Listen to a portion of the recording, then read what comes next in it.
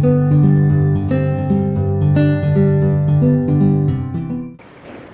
పత్రిక 5వ అధ్యాయము 1వ వచనంలో మొదటి భాగం.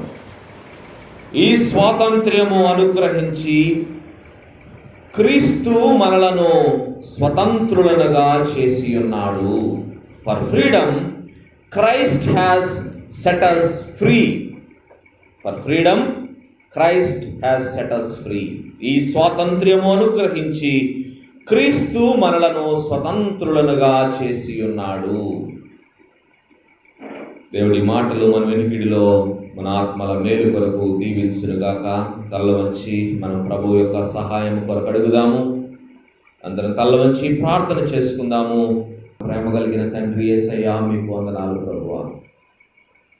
మా మాటలు జీవము లేని మాటలు, మీ మాటలైతే నిత్య జీవపు మాటలు ప్రభువా. నా మాటలు ఆత్మయు జీవమునై ఉన్నవన్నారు. అయినా మీ జీవము గల వాక్కుల కొరకు మేము ఎదురు చూస్తున్నాం. ఈ ఉదయకాలం పరలోక సింహాసనం నుండి నన్ను మమ్ములను మీరు దర్శించుమని వేడుకుంటున్నాను. వినగల చెవి, సిద్ధ మనస్సు గ్రహించి వాక్యమును భద్రపరుచుకునే హృదయాన్ని మాకందరికీ దయచేయమని వేడుకుంటున్నాము. మీ మెల్లని స్వరాన్ని వినే భాగ్యము మాకందరికీ అనుగ్రహించండి. అంతేకాదు ప్రభువా, నిలువబడిన ఈ మంటి ఘటమును మీ శిలువ చాటును మరుగుపరిచి మీ రక్తధారలతో శుద్ధీకరించి నేను బలమైన సాధనముగా మీరు వాడుకోరమని, మీ ఆధీనములో ఉంచుకోరమని, మీ స్వరమును ప్రతి ఒక్కరూ విను భాగ్యము దయచేయమని, మీ కృపలో వర్ధల చేయమని యేసయ్య అతి పరిశుద్ధ నామములో ఈ విన్నపములు అడిగి వేడుకుంటున్నాము తండ్రి. ఆమేన్. స్వేచ్ఛ స్వాతంత్ర్యము అనే అంశాన్ని మనం ఈ మాసము ధ్యానం చేద్దాము.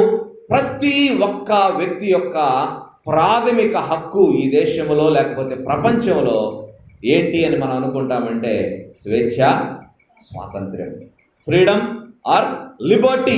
లిబర్టీ అనేది ఒక హక్కు. ఇది నా హక్కు అని మనం పరిగణిస్తాము. ఈ భూమిపై ఉన్న ప్రతి ఒక్కరూ ఏం కోరుకుంటారు? స్వేచ్ఛ స్వాతంత్ర్యాన్ని కోరుకుంటారు. మనుషులే కాదు, పక్షులు, జంతువులు కూడా స్వేచ్ఛ స్వాతంత్ర్యాలు కోరుకుంటాయి. పక్షులు పంజరాల్లో ఉండటానికి ఇష్టపడతాయా? తానికి ఇష్టం వచ్చిన చోట్లకి ఎగురుతూ సంతోషంగా మరి అడవులు, అరణ్యంలో ఉండటానికి ఇష్టపడతాయా? ఎక్కడ ఉంటాయి? పంజరంలో ఉండటానికి ఇష్టపడతాయా? పంజరంలో ఉండే పక్షులు సంతోషంగా ఉన్నాయని అనుకోగలరా? పంజరంలో ఎప్పుడైనా అవి సంతోషంగా ఉండలేవు. వాటికి స్వేచ్ఛ కావాలి. అవి చక్కగా ఎగురుతూ ఎక్కడెక్కడో తిరగాలని, ఎక్కడెక్కడో ఏదేదో చేయాలని అవి ఎంతో ఆశపడతా ఉంటాయి. అట్లాగే జంతువులు మరి బోనుల్లో పెట్టి వాటిని బంధించడానికి ఇష్టపడతాయా? అరణ్యంలో మరి తమ ఇష్టానుసారంగా బ్రతకడానికి ఇష్టపడతాయా? ఏది? అరణ్యంలో వాటి ఇష్టానుసారంగా స్వేచ్ఛగా జీవించడానికి ఇష్టపడతాయి.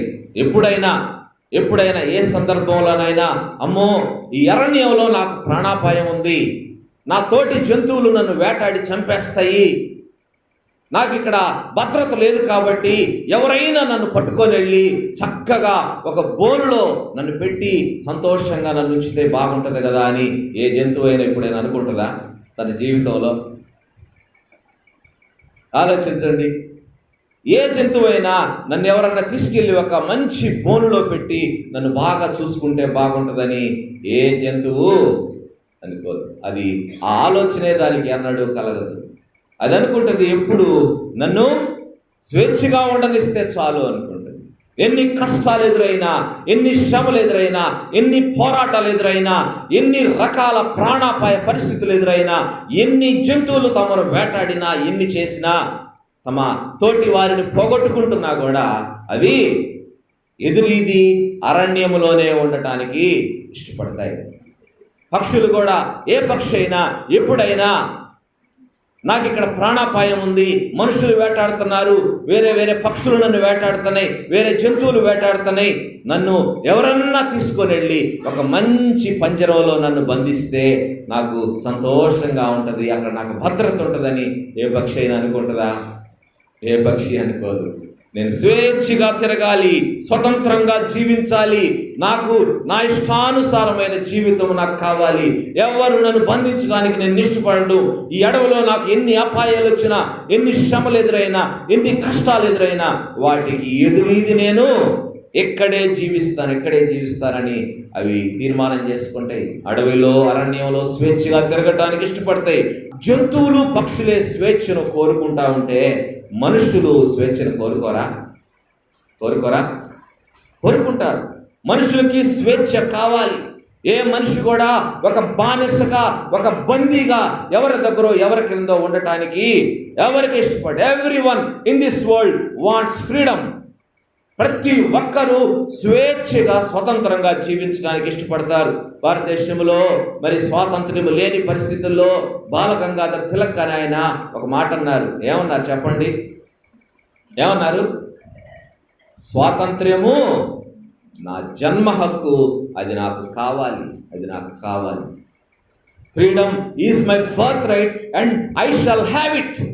అది నాకు తప్పకుండా ఉండి తీరాల్సిందే, అది నా జన్మ హక్కు. ఒక వ్యక్తి తన ఇష్టానుసారముగా, తనకు నచ్చినట్లుగా జీవించడానికి కోరుకోవటమే స్వేచ్ఛ, స్వాతంత్ర్యం. తన ఇష్టానుసారముగా, తనకు నచ్చినట్లుగా, ఇతరులకు నచ్చినట్లుగా కాదు. మా డేవికి ఒక ఫ్రెండ్ ఉన్నాడు. ఆయన డ్రెస్సింగ్ డిఫరెంట్గా ఉంటుంది. ఆయన మనిషి అంతా డిఫరెంట్గా ఉంటాడు. ఆయన ఎవరన్నా ఏమన్నా అన్నారనుకోండి, ఏంటి ఆ డ్రెస్ ఏంటి, ఆ చొక్కా ఏంటి, ఆ ప్యాంట్ ఏంటి అన్నారనుకోండి, ఇతరులకు నచ్చినట్టుగా నేను ఉండను, నాకు నచ్చినట్టుగా నేను ఉంటాను. ఇతరులకు నేను ఎందుకు నచ్చాలి? నాకు నచ్చితే చాలు కదా. నాకు ఇష్టం వచ్చిన డ్రెస్ నేను వేసుకుంటాను, నాకు ఇష్టం వచ్చిన విధంగా నా హెయిర్ స్టైల్ ఉంచుకుంటాను, నాకు ఇష్టం వచ్చినట్టుగా నేను నా గడ్డాన్ని పెంచుకుంటాను, నాకు ఇష్టం వచ్చినట్లుగా నేను చెప్పులు వేసుకుంటాను. మీకెందుకు? నాకు నచ్చింది కదా అంటాడు. ప్రతి ప్యాంటు కత్తిరించి ఉంటుంది, ప్రతి ప్యాంటుకి హోల్స్ ఉంటాయి. ఏంటంటే ఇతరులకు నచ్చినట్టుగా నేను ఉండను.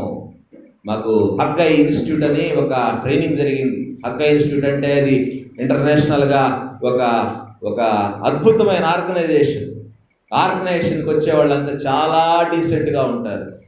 ఇన్స్ట్రక్టే చాలా డీసెంట్గా ఉంటారు. చాలా హై ప్రొఫైల్ పీపుల్ అక్కడ ట్రైనింగ్కి వస్తూ ఉంటారు. అక్కడికి మనోడు వచ్చాడు, ఆ ట్రైనింగ్కి వచ్చాడు. అందరూ ఆయన చూడటము, అందరూ ఏదేదో మాట్లాడుకోవడం ఆయన గురించి. ఆయన అడిగిన ప్రతి ఒక్కళ్ళకి అదే సమాధానం చెప్తాడు, నాకు నచ్చినట్టుగా నేను ఉంటాను, మీకు నచ్చినట్టుగా నేను ఎందుకు ఉండాలి? ప్రతి వ్యక్తి స్వేచ్ఛ, స్వాతంత్ర్యం అనేది కోరుకుంటాడు. ప్రతి భార్య తన భర్త నుండి అటువంటి స్వేచ్ఛనే కోరుకుంటుంది. నా భర్త నాకు స్వేచ్ఛనివ్వాలి, నా భర్త నన్ను కట్టుబాట్లలో ఉంచకూడదు, నా భర్త నన్ను బంధించి ఉంచకూడదు, ఇంటికి పరిమితం చేయకూడదు, వంటగదికి పరిమితం చేయకూడదు, నాకు స్వేచ్ఛనివ్వాలి, బయట తిరిగే స్వేచ్ఛనివ్వాలి, ఏదైనా ఇష్టమైన పనులు చేసుకునే స్వేచ్ఛనివ్వాలని ప్రతి భార్య కోరుకుంటుంది. తల్లిదండ్రుల దగ్గర నుంచి పిల్లలు కూడా ఎటువంటి స్వేచ్ఛనే కోరుకుంటారు. నా తల్లిదండ్రుల కట్టుబాటులో నన్ను ఉంచకూడదు, నాకు స్వేచ్ఛనివ్వాలి, నా ఇష్టం వచ్చిన చోట్లకు నేను వెళ్ళటానికి, నా ఇష్టం వచ్చిన పనులు నేను చేయటానికి, నా ఇష్టం వచ్చిన నేను తినటానికి, నా ఇష్టం వచ్చిన చదువులు నేను చదువుకోవటానికి నా తల్లిదండ్రులు నాకు స్వేచ్ఛ ఇవ్వాలని కోరుకుంటారు. కానీ ఈ దినాల్లో మరి తల్లిదండ్రులు పిల్లలను బందీలుగా ఉంచుతా ఉన్నారు.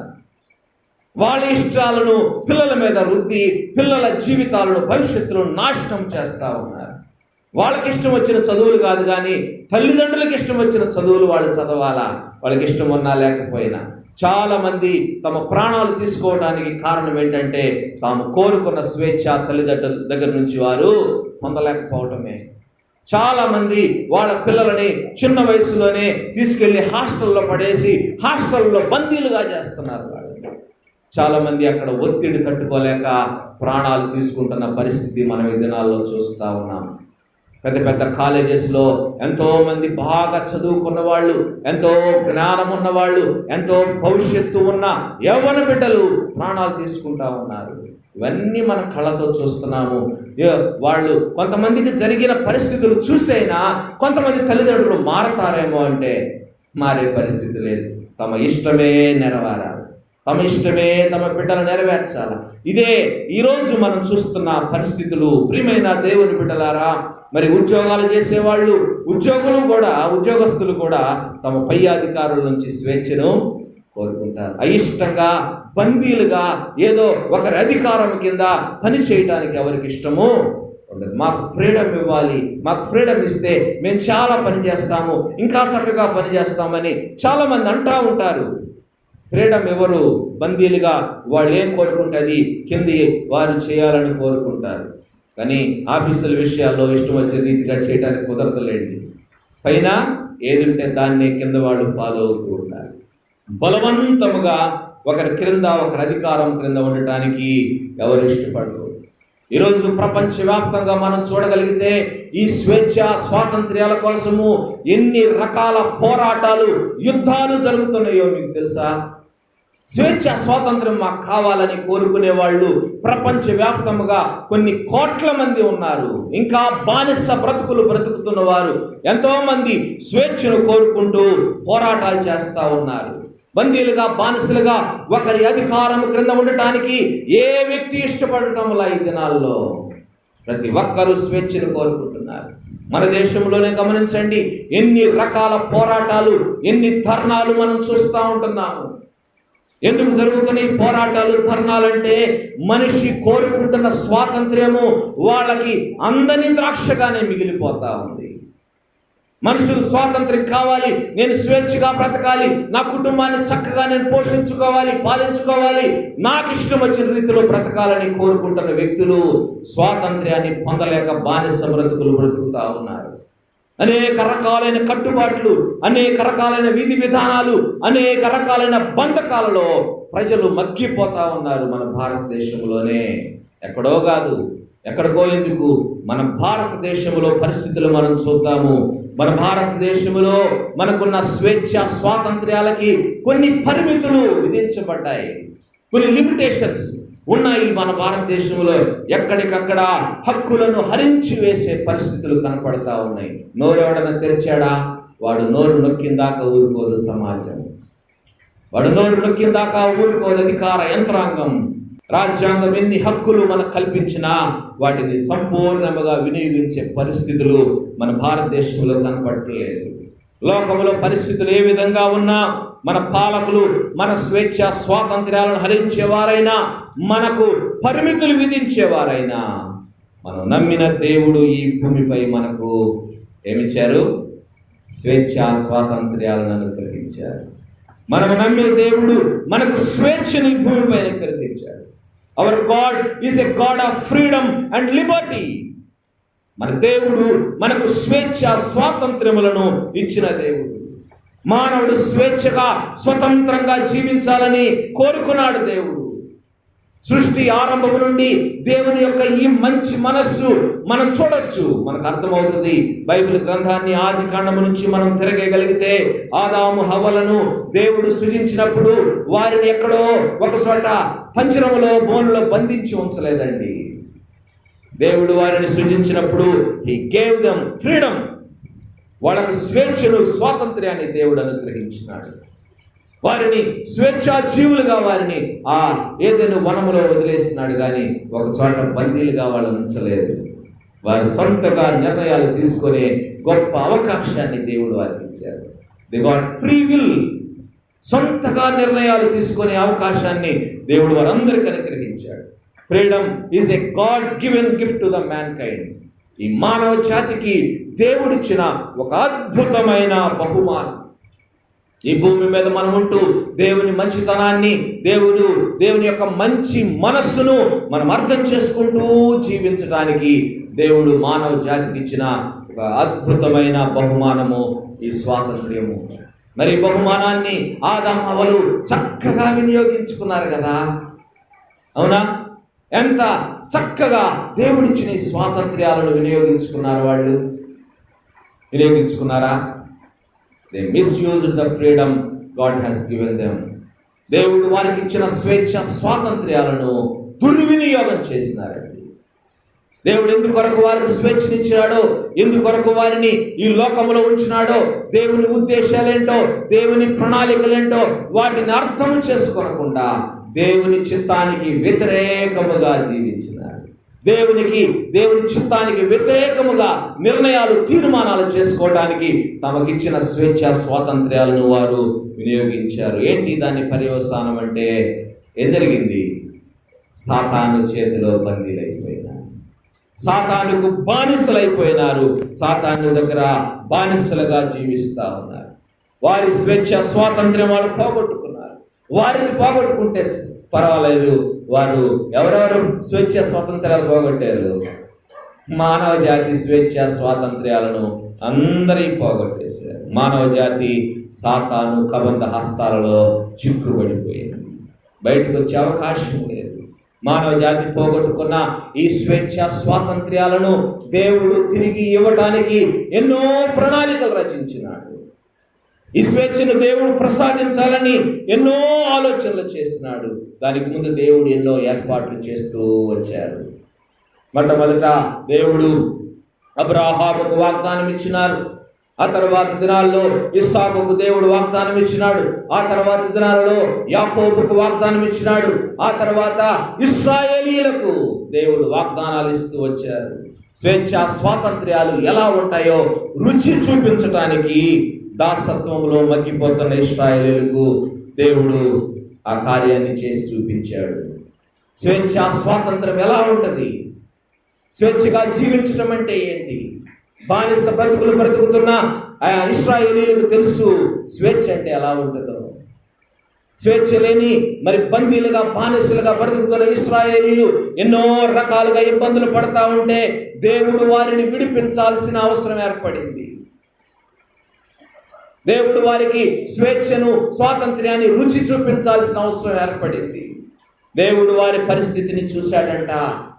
దేవుడు వారి పరిస్థితిని మరి ఏ విధంగా చూశాడో ఆయన గురించి వ్రాయబడిన మాటలను మనం ఒకసారి గమనిద్దాం. చూడండి, మరి నిర్గమ కాండము 2వ అధ్యాయము 23 నుంచి 25 వచనాలలో ఒక్కసారి గమనించండి. అలాగూ అనేక దినములు జరిగిన మీదట ఐగుప్తు రాజు చనిపోయెను.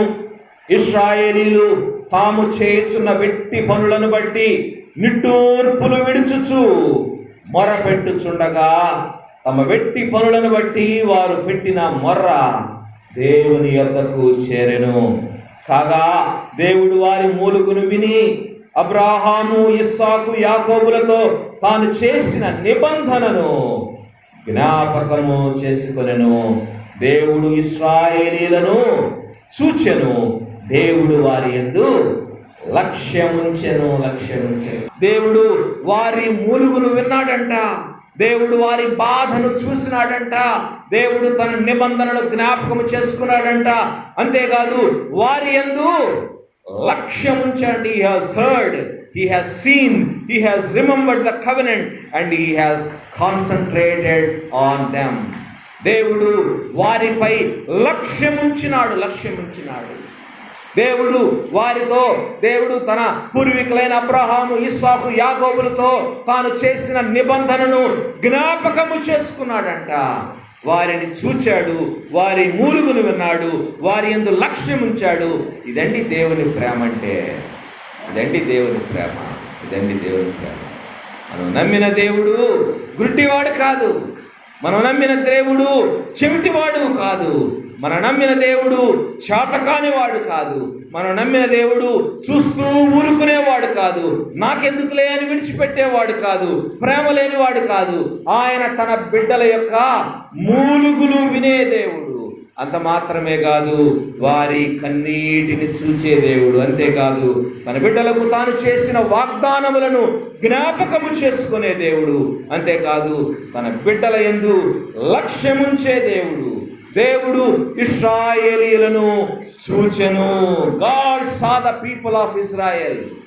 ఏం చూశాడు దేవుడు వారిలో? దేవుడు ఇశ్రాయేలీయులను చూచెను.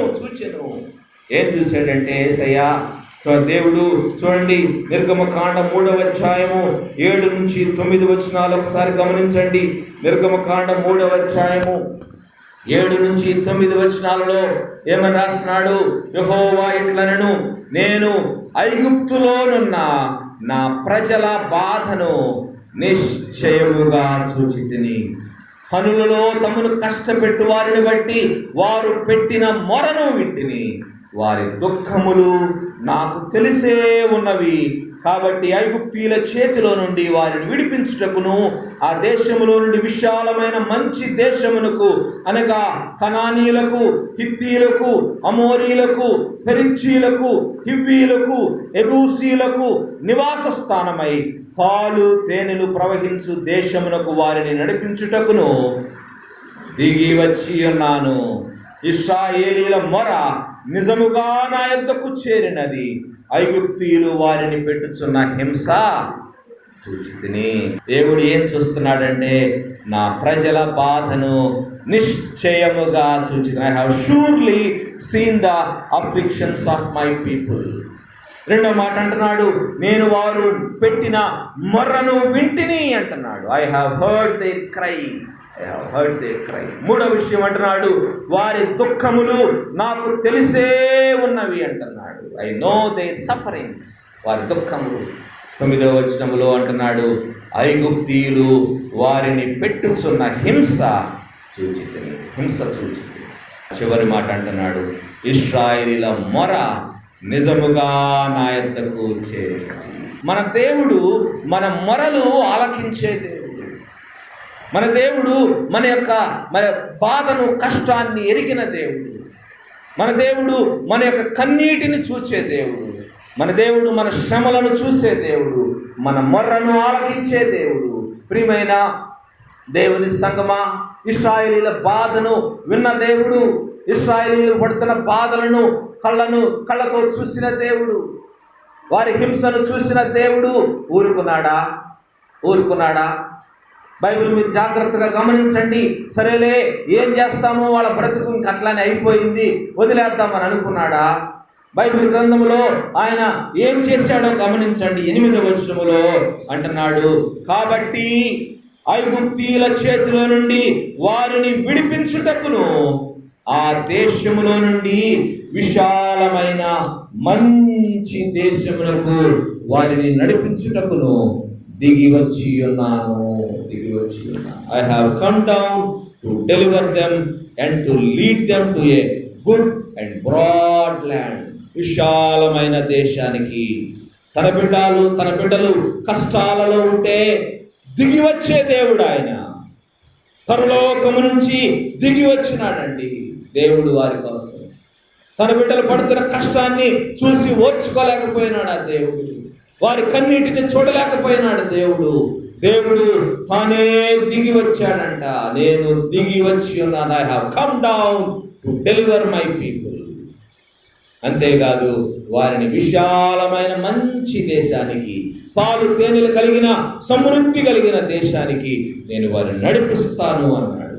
వారిని విడిపించాడా అంటే విడిపించాడు.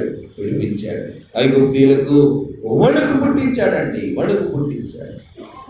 దేవుడు వారి వదిలిపెట్టలా. 10 రకాల తెగుళ్లను వారి మీదకు పంపించి ఇశ్రాయేలు జనాంగాన్ని అద్భుతముగా అక్కడి నుంచి విడిపించాడు. పాలు తేనెలు ప్రవహించే సమృద్ధి కలిగిన కనాను దేశంలోనికి వారిని ప్రవేశపెట్టినాడు. మనం నమ్మిన దేవుడు మాటల దేవుడు కాదండి. మనం నమ్మిన దేవుడు చేతల దేవుడు. మన దేవుడు చేసి చూపించే దేవుడు. తన బిడ్డల కష్టాలు నెరిగిన దేవుడు. ఆయన చూస్తూ ఊరుకోడండి. మనుషులు పెట్టే ఈ తాత్కాలికమైన బాధలను చూస్తూ ఊరుకోని దేవుడు మరి శాశ్వతంగా మానవ జాతి పడుతున్న బాధలను చూసి ఊరుకుంటాడా? తాత్కాలిక బానిసత్వాన్ని ఓర్చుకోలేని దేవుడు శాశ్వత బానిసత్వాన్ని చూస్తూ ఊరుకుంటాడా? శ్రమలు పడుతుంటేనే దేవుడు చూసి ఓర్చుకోలేకపోయినాడే. నువ్వు నరకంలోకి పోయి అగ్నిలో గంతకాలంలో మండిపోతా ఉంటే చూస్తూ ఊరుకోగలడా?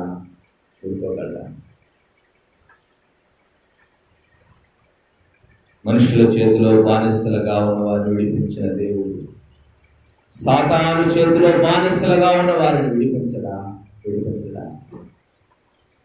దేవుని వాక్యం మనకి తేటగా తెలియజేస్తా ఉంది. ఈరోజు మనం చదువుకున్న వాక్య భాగము, బందీలై ఉన్న వారిని ఆయన విడిపిస్తాడు కాదు విడిపించాడు అని వ్రాయబడింది. గలతీ మరి పత్రిక 5వ అధ్యాయము 1వ వచనములో ఏమని రాశారు చూడండి. గలతీ పత్రిక 5వ అధ్యాయం 1వ వచనములో, ఈ స్వాతంత్ర్యం అనుగ్రహించి క్రీస్తు మనలను స్వతంత్రులనుగా చేసి ఉన్నాడు. He gave us freedom. ఆయన మనలను చూశాడండి. ఆయన మనలను చూశాడు, మన పరిస్థితులను చూశాడు, మన జీవితంలో జరుగుతున్న ప్రతి పరిస్థితిని చూశాడు. మానవ జాతి సాతాను చేతిలో బందీలైపోయి వాడు పెడుతున్న బాధలను, హింసలను దేవుడు చూసినాడు. మన భవిష్యత్తును దేవుడు చూసినాడు. మనం నరకములో, అగ్నిలో కాలిపోవటం ఆయన చూసినాడు. ఇలాగే వదిలేస్తే నా ప్రజలు నాశనం అయిపోతారు కదా, నేను ఎందుకు వారిని సృజించుకున్నాను, నా ఉద్దేశము నెరవేరదు కదా, వారిని వదిలేస్తే నాశనం అయిపోతారు కదా. నరకంలో మనం పడుతున్న యాతన, నరకంలో మనం పడుతున్న వేదన దేవుడు ఎప్పుడో చూసినాడండి. అందుకనే వాక్యం రాయబడింది, మనలను దేవుడు ఎప్పుడు ఏర్పాటు చేసుకున్నాడంట. మనలను జగత్తు పునాది వేయబడక మునిపే దేవుడు మనల్ని ఏర్పాటు చేసుకున్నాడు. ఎందుకంటే దేవుడు మన బాధను చూసినాడు. బందీలుగా, సాతాను చేతిలో బానిసలుగా మనం పడుకున్న కష్టాలు ఆయన చూసినాడండి. అందుకే దేవుడు మళ్ళీ తానే దిగి వచ్చినాడు. He gave us freedom. సాతాను బంధకాల నుంచి మనల్ని విడిపించినాడు. సాతాను చేతిలో బందీలై నరకానికి ఏడవబడుతున్న వారిని చూచి దేవుడు ఊరుకోలేదండి. దేవుడు తానే దిగి వచ్చినాడు. God intervened in the situation. ఆ పరిస్థితులలోకి దేవుడు కల్పించుకున్నాడు. సాతాను బానిసత్వం నుంచి, బంధకాల నుంచి విడిపించడానికి తానే స్వయముగా దిగి వచ్చినాడు. దాన్ని మనం ప్రతి సంవత్సరము ఏం చేసుకుంటాము? క్రిస్మస్ అని జరుపుకుంటాము. దేవుడు శరీరధారిగా ఈ లోకానికి దిగి రావడం, వాక్యమైన దేవుడు శరీరధారిగా కృపా సత్య సంపూర్ణుడుగా మన మధ్యకు మనతో నివసించడానికి పరలోకాన్ని విడిచి దిగి వచ్చినాడు. He came down to this earth. దేవుడి లోకానికి దిగి వచ్చాడు. ఫిలిప్పీ పత్రిక 2వ అధ్యాయము 6-7 వచనాలు గమనించండి. ఫిలిప్పీ పత్రిక 2వ అధ్యాయము 6-7 వచనాలు. ఆయన దేవుని స్వరూపము కలిగిన వాడై ఉండి దేవునితో సమానముగా ఉండ విడిచిపెట్టకూడని భాగ్యమని ఎంచుకొనలేదు, కానీ మనుష్యుల పోలికగా పుట్టి దాసుని స్వరూపము ధరించుకొని తనను తానే రిక్తునిగా చేసుకుని. చూడండి ఎంతగా దేవుడు తగ్గించుకున్నాడు. దేవుడు పరలోకములో ఉండవలసిన దేవుడు పరలోకములో ఉండటము తనకు ఒక భాగ్యమని ఆయన ఎంచుకోలేదంట. పరలోకములో తండ్రితో ఉండే గొప్ప భాగ్యము, పరలోకంలో తండ్రి కుడి పార్శ్వమున కూర్చునే గొప్ప ధన్యత, అవి విడిచిపెట్టకూడని భాగ్యమని ఎంచుకోలేదు. కానీ దేవుడు కోరుకున్నది ఒకటే, తన బిడ్డలను సాతాను బంధకాల నుంచి విడిపించాలి. తన బిడ్డలను సాతాను దగ్గర నుంచి విడిపించాలి. తన బిడ్డలను నరకానికి వెళ్లకుండా కాపాడాలి. అది దేవుని యొక్క చిత్తం. తన బిడ్డలను తనతో పాటు పరలోకానికి తీసుకువెళ్ళాలి. అందుకోసము ఆయన పరలోకాన్ని విడిచి భూమి మీదకు దిగి వచ్చినాడు. He came down to this earth to save his children. He left all his glory for you and me. ఆయన తన మహిమను, తన ప్రభావాన్ని, సమస్తాన్ని విడిచిపెట్టి ఈ భూమి మీదకు దిగి వచ్చినాడు. ఎందుకోసమంటే నరకంలో పడుతున్న బాధను చూసి ఓర్చుకోలేక నిన్ను విడిపించాలని ఈ లోకానికి ఆయన వచ్చినాడు. లూకా సువార్తలో ఆయన రాకకు కారణము రాయబడింది. లూకా సువార్తలో రాయబడిన కారణము క్రీస్తు పూర్వము 700 సంవత్సరములో యెషయా ప్రవక్త చేత ప్రవచించబడింది. నజరేత్ మేనిఫెస్టో అంటారు దాన్ని. నజరేతు ప్రణాళిక, జీసస్ మిషన్ స్టేట్మెంట్. ఆయన కార్యాచరణ ప్రణాళిక, యేసుక్రీస్తు యొక్క రాకడ ఉద్దేశ్యము అక్కడ వ్రాయబడతా ఉంది. చూడండి, లూకా సువార్త 4వ అధ్యాయము 18వ వచనములో, ప్రభువు ఆత్మ నా మీద ఉన్నది, బీదలకు సువార్త ప్రకటించుటకై ఆయన నన్ను అభిషేకించెను, చెరలో ఉన్న వారికి విడుదల, గురుడి వారికి చూపును ప్రకటించుటకును, నలిగిన వారిని విడిపించుటకును, ప్రభువు హిత వత్సరము ప్రకటించుటకును ఆయన నన్ను పంపి ఉన్నాడు. Good news to the poor. Number 1, Yesayya రాక కారణాల్లో మొట్టమొదటిది good news to the poor, రెండవది లిబర్టీ టు ద క్యాప్టివ్స్, మూడవది recovery of sight to the blind, నాలుగవది ఫ్రీడమ్ ఫర్ ద అప్రెస్డ్. చెరలో ఉన్న వారికి విడుదల. ఎవరి చెరలో ఉన్న వారికి విడుదల? ఎవరి చెరలో? సాతాను చేతిలో బందీలుగా ఉన్న వారికి విడుదల. నలిగిన వారిని విడిపించుటకు, నలిగిపోతున్న వారిని విడిపించుటకు. ఎవరు నలిగిపోతున్నారు? ఎవరు సాతాను చేత అణగదొక్కబడతా ఉన్నారు? ఎవరు సాతాను చేత అణిచివేయబడతా ఉన్నారు? సాతాను కాళ్ళ కింద నలిగిపోతున్న వారికి విడుదల ప్రసాదించడానికి యేసయ్య ఈ లోకానికి వచ్చినాడు. చెరలో ఉన్న వారిని, నలిగిన వారిని విడిపించడానికి యేసయ్య ఎంత త్యాగం చేయాల్సి వచ్చిందండి, ఎంత త్యాగం చేయాల్సి వచ్చింది. యేసయ్య తన ప్రాణాలను తన బిడ్డల కోసం పెట్టాల్సి వచ్చింది. యేసయ్య శిలువ కార్యము మనల్ని సాతాను బంధకాల నుంచి విడుదల చేసింది. యేసయ్య పెట్టిన ప్రాణము వలన మనము విమోచించబడ్డాం. సాతాను బంధకాల నుంచి మనకు విడుదల దొరికింది. స్వేచ్ఛ, స్వాతంత్ర్యము ఏదో ఉచితంగా దొరికిందని అనుకోవటానికి లేదండి. ఎ great price is paid for it. చాలా విలువ దేవుడు చెల్లించవలసి వచ్చింది. యేసయ్య దేవుడు అంటారు, మీరు మీ సొత్తు కాదు, మీరు విలువ పెట్టి కొనబడిన వారు. పౌలు మన విలువ పెట్టి కొనబడిన వాడు. యేసయ్య తన రక్తమును కార్చి, తన రక్తమును పెట్టి నిన్ను నన్ను కొనుక్కున్నాడు. సాతాను బంధకాల నుంచి విడిపించటము సామాన్యమైన పని కాదండి. సాతాను బంధకాల నుంచి విడిపించడానికి దేవుడు ఎంతో విలువ చెల్లించినాడు. చాలా మంది దేవుడు మనకు స్వాతంత్ర్యం వచ్చింది కదా అని స్వాతంత్ర్యాన్ని దుర్వినియోగపరుస్తూ ఉన్నారు. క్రైస్తవ విశ్వాసులే స్వాతంత్ర్యం ఏదో ఊరకనే దొరికిందనుకుంటున్నాము, కానీ స్వాతంత్ర్యమునకు దేవుడు గొప్ప విలువ చెల్లించినాడు. సిలువలో మరణపు ముళ్ళు విరిచివేయబడింది. యేసే మరణాన్ని జయించి తిరిగి లేచినాడు. ఈ లోకంలో మరణం ఆయన్ని పట్టి ఉంచలేదని ఆయన జ్ఞాపకం చేసినాడు. ప్రభువునందు విశ్వాసం ఉంచిన వారికి మరి ఏ భయము లేదని దేవుడు జ్ఞాపకం చేసినాడు. యోహాను సువార్త 11వ అధ్యాయం 25-26 వచనాల్లో యేసయ్య అంటారు, పునరుత్థానమును జీవమును నేనే, నా యందు విశ్వాసముంచు వాడు చనిపోయినను బ్రతుకును, బ్రతికి నా యందు విశ్వాసముంచు ప్రతి వాడును ఎన్నటికి చనిపోడు అంటాడు. ఎన్నటికి చనిపోడు. సాతాను బంధకాలలో నుంచి దేవుడు మనల్ని విడిపించటానికి విలువ చెల్లించినాడు. ఆయన సెలవిస్తా ఉన్నాడు. సాతాను మనల్ని పట్టి ఉంచగలిగింది దేనివల్ల అంటే మరణం, మరణం, మరణం, రెండవ మరణం, నరకము. నరకములో మనల్ని పడవేయటము సాతానుకు చేతైన విషయం.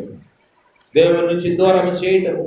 సాతాను మనల్ని దేవుడి నుంచి దూరం చేసి నరకములో పడవేస్తాడు. కాబట్టి దేవుడు దాన్ని తెలియజేస్తూ శారీరక మరణానికి జయముంది. శారీరకంగా మనం మరణించినా తిరిగి పునరుద్ధానులం అవుతాము. పునరుద్ధానుడైన వాడు రెండవ మరణం గురించి భయపడాల్సిన అవసరము లేదు. అందుకనే దేవుడు మరి దాన్ని చేసి చూపించినాడు. దేవుడు అంటున్నాడు, నా యందు విశ్వాసం ఉంచువాడు చనిపోయినా there is a condition to be set free. మనం విడిపించబడటానికి ఒక కండిషన్ ఉందండి. అంతకు ముందైతే మరి దేవుడు ఉచితంగానే స్వేచ్ఛ స్వాతంత్ర్యాలను ఆదాము అవ్వలకు ఇచ్చాడు. కానీ ఇప్పుడు there is a great price paid for it. Yesukristu ఎంతో విలువ చెల్లించి ఆ స్వాతంత్ర్యాన్ని తిరిగి మనకు కొనిపెట్టాడు కదా.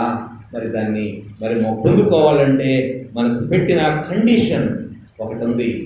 స్వాతంత్రం అయితే అందరికీ అందుబాటులో ఉంది, కానీ స్వాతంత్ర్యం పొందాలంటే విలువ చెల్లించి స్వాతంత్ర్యం అనుగ్రహించిన ప్రభువునందు విశ్వాసం ఉంచాలి.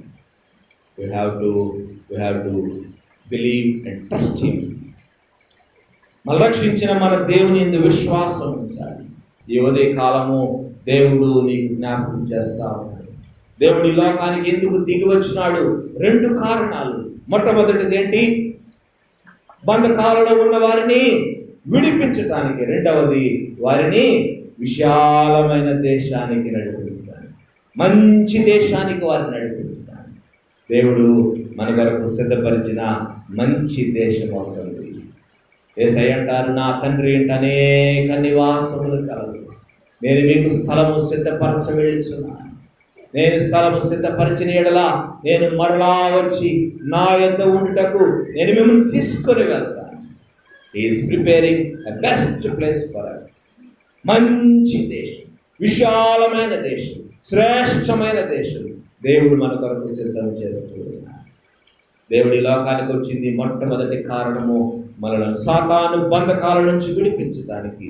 రెండవది విశాలమైన దేశానికి నడిపించడానికి. ఎందుకనే భక్తులు ఎంతో మంది, ఈ భూమి మీద భక్తులు, వారు మేము ఈ భూమి మీద మేము కేవలము పరదేశులము, యాత్రికులము మాత్రమే అని వారి జీవితం అంతా కూడా అరబులలో నివసించారంట.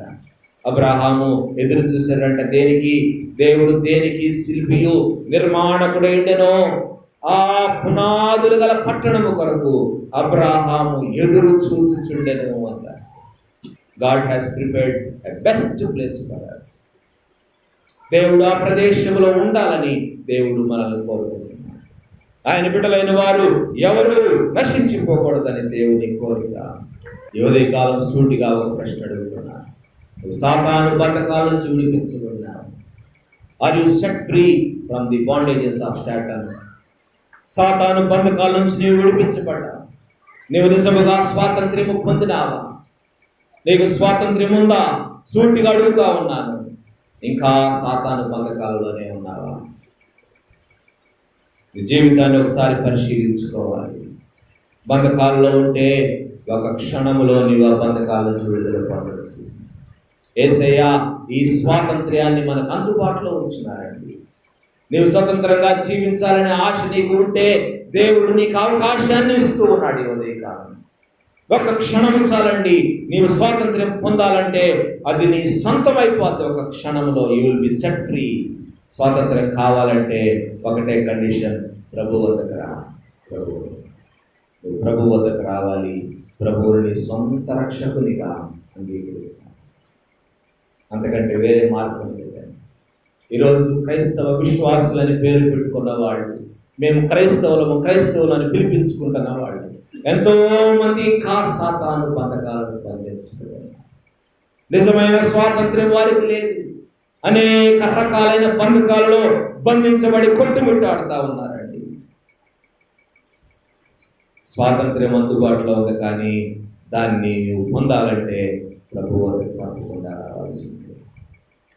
ప్రభు వద్దకు వచ్చి ఆయనని ప్రభువుగా రక్షకునిగా అంగీకరిస్తేనే నీకు ఆ స్వాతంత్ర్యం దొరుకుతుంది.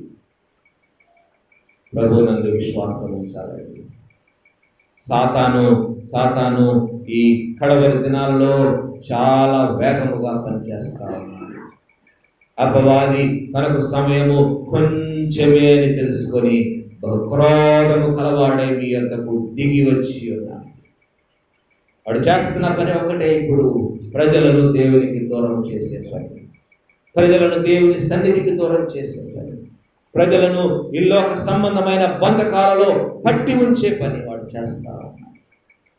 ఎన్నో రకాలైన దుర్బోధలు చేసినాయి. క్రైస్తవ సంఘములోనికి రకరకాల దుర్బోధలు ప్రవేశించినాయి. అబద్ధ బోధకులు చేసినారు. మనుషులు కూడా, విశ్వాసులు అనే పేరు పెట్టుకున్న వాళ్ళు కూడా దురద చెవులు కలిగిన వాళ్ళై ఆ దుర్బోధల కోసం పరుగులెత్తుతా ఉన్నారు.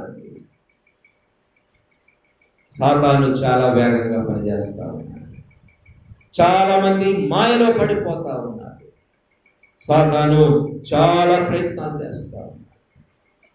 దేవుడు మన కోసము ఈ స్వాతంత్ర్యాన్ని దేవుడు సిద్ధము చేసి ఉంచితే ఈ స్వాతంత్ర్యం పొందకుండా బందీలుగా ఉంచుతా ఉన్నాడండి సాతాను. ఫరో కూడా ఐగుప్తులో ఇశ్రాయేలీయులను బందీలుగా ఉంచాలని ప్రయత్నం చేశాడు. 10 సార్లు ఎందుకు వచ్చింది దేవుని ఉగ్రత ఐగుప్తీయుల మీద కంటే? 10 సార్లు కూడా ఆయన మనస్సు మార్చుకున్నాడు. 10 సార్లు కూడా ఏదో ఒక విధం చేత వారిని బందీలుగా తన దగ్గరే ఉంచుకోవాలని ప్రయత్నాలు చేస్తున్నాడు. కానీ దేవుని చిత్తం అది కాదు. God wants them to be free. దేవుడు వారికి స్వాతంత్రం ఇవ్వాలని తీర్మానం చేస్తుంది. ఈరోజు కూడా సాతాను ఈ బిడ్డలను, విశ్వాసులను సైతము ఎన్నో రకాలుగా ఈ లోకానికి కట్టి ఉంచాలని ప్రయత్నం చేస్తా ఉన్నాడు. అనేక రకాలుగా బందీలుగా చేసి వారి జీవితాలతో ఆడుకుంటా ఉన్నాడు. కానీ దేవుని చిత్తం అది కాదు. దేవుడు ఏమంటున్నాడు? ఈ స్వాతంత్ర్యం అనుగ్రహించి క్రీస్తు మనలను స్వతంత్రులనుగా చేసి ఉన్నాడు. దేవుడు స్వాతంత్ర్యాన్ని మనకు దయచేస్తున్నాడు. ఆ స్వాతంత్ర్యం నీకు కావాలంటే ప్రభువులకు రావాలి. ప్రభువునందు విశ్వాసం ఉంచాలి. ప్రభువా, ఈ బంధకాలంలో నేను జీవించాలని ఇష్టపడలేదయ్యా, ఈ బంధకాలంలో ఉండటం నాకు ఇష్టం లేదయ్యా, నన్ను విడిపించండి ప్రభువా అని దేవుని దగ్గరకు రాగలిగితే దేవుడు నీ బంధకములన్నింటి నుండి విడిపిస్తాడు. దావీదు ఒకసారి బంధించబడ్డాడు సాతాను చేత. సాతాను ఆ బంధకాలంలోనే దావీదు కట్టి ఉంచాలని కోరుకున్నాడు. కానీ దావీదు, ప్రభువా ప్రభువా నన్ను మళ్ళా బ్రతికించు, ప్రభువా నీకు ఆయాసకరమైన మార్గములు ఉంటే తీసివేయి ప్రభువా, నా నోరు నీ స్తుతిని ప్రచురపరచునట్లుగా నా నోరు తెరువు ప్రభువా, హిసోపుతో నన్ను కడుగు ప్రభువా, నా పాపాన్ని పరిహరించు ప్రభువా, నన్ను క్షమించు ప్రభువా, ఈ బంధకాల నుంచి నన్ను విడిపించు ప్రభువా అని దేవుని దగ్గర మొరపెడుతున్నాడు. ఈ ఉదయకాలం క్రైస్తవ విశ్వాసులమని చెప్పుకుంటున్న వారు, మీరు కూడా ఏదైనా బంధకాలలో బంధించబడి ఉంటే ఈ ఉదయకాలం ప్రభువు అడగండి, ప్రభువా నన్ను విడిపించండి నాయన, నేను ఫలాని బంధకంలో నేను బంధించబడి ఉన్నాను, నేను దాన్ని వదిలిపెట్టుకోలేకపోతా ఉన్నా, దాని నుంచి నాకు విడుదల కావాలని దేవుడిని అడుగు. ఈ ఉదయకాలం దేవుడిని తప్పక విడిపిస్తాడు. నీకు విడుదల ఇవ్వటం దేవునికి సాధ్యము. ఈ విషయంలో కూడా దేవునికి ఇష్టం కాదండి, నీ ఇష్టమే దేవుడు కోరుకుంటున్నాడు. ఎంతకాలము నీవు సాతాను బంధకాలలో బంధించబడి ఉంటావు, వాడి నుంచి విడిపించబడాలని ఆశ నీకు లేదా? లేదా ఎంతకాలం వాడి చేత అణగొక్కబడతారు. సాతాను అధికారం నుంచి నీవు తప్పించబడాలని దేవుని కోరిక. ఎంతకాలం వాడి కింద నలిగిపోతారు. ఈ విషయంలో కూడా నీ ఇష్టమే దేవుడు కోరుకుంటున్నాడు. దేవుడు బలవంతంగా సాతాను దగ్గర నుంచి నేను లాక్కొని పోడు, బలవంతంగా ఆయన లాక్కొని పోడండి. చూడండి, బైబిల్ గ్రంథము తేటగా తెలియజేస్తా ఉంది. నీకు ఆశ కలిగిన వస్తేనే ప్రభువు విడిపిస్తాడు. చూడండి, కీర్తనకారు రాస్తాడు, 12వ కీర్తన 5వ వచనములో రాస్తున్నాడు, రక్షణ కోరుకొని వారికి నేను రక్షణ కలుగజేసేదను. వస్తావా ఈరోజు? రక్షణ కోరుకుంటావా ఈరోజు?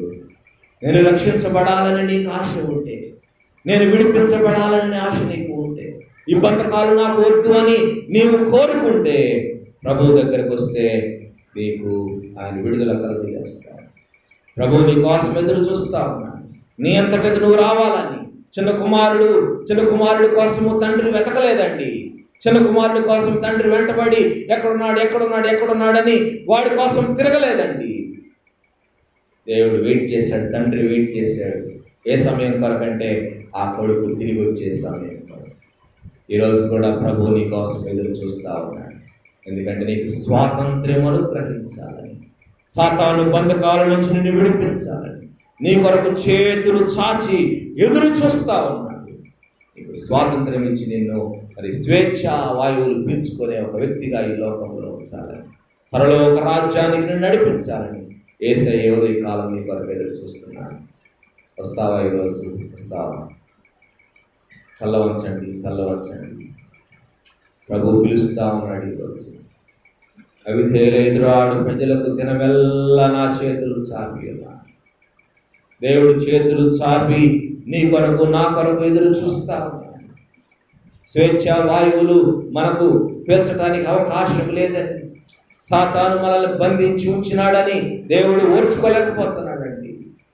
నీవు ఓర్చుకో. నీవు బంధించబడి ఉండటము దేవునికి ఇష్టము కాదు, దేవుని చిత్తము కాదు. నీవు విడిపించబడాలని దేవుడు కోరుకుంటున్నాడు. ఈ కాలం ప్రభు వద్దకు వస్తావా? ప్రభు వద్దకు వస్తావా? నీవు ఇంకా నీ జీవితాన్ని దేవునికి సమర్పించకపోతే ఈ కాలం దేవుడికి ఒక అద్భుతమైన అవకాశం ఇస్తా ఉన్నాడు. తనను తెలుసుకోవడానికి, తన వద్దకు రావడానికి, దేవుడిచ్చే స్వేచ్ఛ స్వాతంత్ర్యాలను పొందుకోవడానికి దేవుడికి అవకాశం ఇస్తున్నాడు. ఈ కాలం ప్రభువుని నీవు నీ స్వంత రక్షకునిగా అంగీకరించాలని ఆశపడితే నీ చేయి చూపించు, నేను ప్రార్థన చేస్తాను నీకోసం. ఎవరైనా ఇంకా ఏదైనా బంధకాలలో బంధించబడి ఉంటే, సాతాను ఈ బంధకంలో నన్ను బంధించి ఉంచినాడు, దేవునికి నన్ను దూరం చేస్తున్నాడని నీకు అనిపిస్తూ ఉన్నట్లయితే నీ చేయి చూపించు, నీ కొరకు ప్రార్థన చేస్తాను. నీ విడుదల కొరకు నేను ప్రార్థన చేస్తాను, దేవునికి మొరపెడతాను. యోధే కాలము దేవుడి కొరకు ఎదురు చూస్తా ఉన్నాను. నా బిడ్డ ఎప్పుడు తిరిగి వస్తుందా? నా బిడ్డ ఎప్పుడు తిరిగి వస్తాడా? హత్తుకుందాము, స్వేచ్ఛ స్వాతంత్ర్యం పొందాము. ఎదురు చూస్తున్నాడు. నువ్వు ఇంకా నీ హృదయాన్ని కఠినపరుచుకొని దేవునికి దూరం అయితే నరకం నీ కొరకు ఎదురు చూస్తా ఉంది. నరకంలోకి వెళ్తావా? పరలోకానికి వెళ్తావా? చాయిస్ నీదేమిలే కాదు. పరలోకానికి వెళ్ళాలి ప్రభువా, బంధకాల నుంచి విడిపించాలి ప్రభువా అంటే నీ చేయి చూపించు, నీ కొరకు నేను ప్రార్థన చేస్తాను. నీ చేతులు ప్రభువు చూస్తున్నాడు. నీ ఆశ దేవునికి అర్థమవుతా ఉంది. దేవుడు మీ జీవితాలను పరిశీలిస్తున్నాడు. దేవునికి నీవు కావాలి.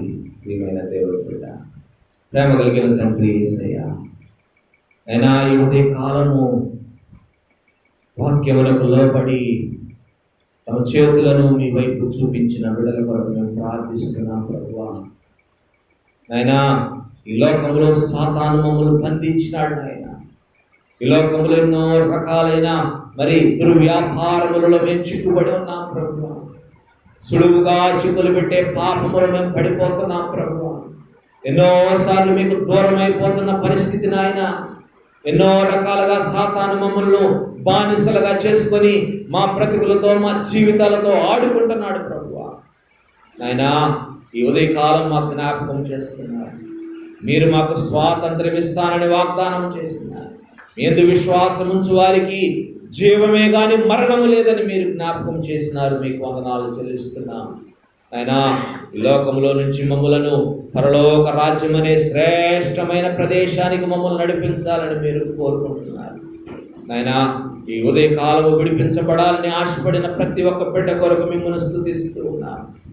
ఈ లోకంలో నుండి పరలోక రాజ్యంలోనికి ప్రయాణించాలని కోరుకున్న ప్రతి ఒక్క బిడ్డ కొరకు మేము ప్రార్థిస్తున్నాం. ప్రభువా, మీ చిత్తమే మీ బిడ్డల జీవితాల్లో నెరవేర్చమని వేడుకుంటున్నాం. ప్రభువా, ఇక్కడున్న ఏ ఒక్కరు నశించుకోకూడదనే కదా మీ కోరిక. నాజరీన్ సంఘంలో మిమ్మల్ని ఆరాధిస్తానికి వచ్చుచున్న ప్రతి ఒక్క బిడ్డ అయినా రక్షించబడాలి, పరలోక రాజ్యంలో మీతో ఉండాలి. ఎవరు నశించుకోకూడదని మేము కోరుకుంటున్నాం ప్రభువా. ఇంకా తమ హృదయాలను కఠినపరుచుకొని మీకు దూరముగానే ఉంటున్న బిడ్డల కొరకు మేము ప్రార్థిస్తున్నాము. తగిన సమయంలో వారిని పట్టుకోనండి నాయన. ఈ అవకాశం పోయినా మరొక అవకాశము మీ చిత్తమైతే వారిని అనుగ్రహించండి ప్రభువా.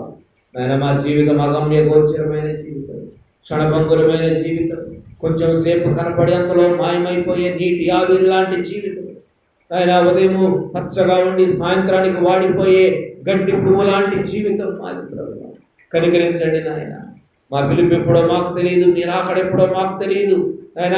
కనుక మేము సదా సిద్ధపడి ఉండటానికి మీ కృప మాకు అనుగ్రహించండి ప్రభువా. ఇంకా తమ జీవితాలను మీకు సమర్పించని కఠిన పడిన హృదయాలను మేము జ్ఞాపకం చేసుకుంటూ ఉన్నాం నాయనా. వారికి మెత్తని హృదయాలను దయచేయండి ప్రభువా. మీ వాక్కులతో వారిని దర్శించండి నాయన. వారి బండలాంటి హృదయాలను బద్దలు చేయండి ప్రభువా. నాయనా, వారి హృదయాలలో కార్యం జరిగించండి.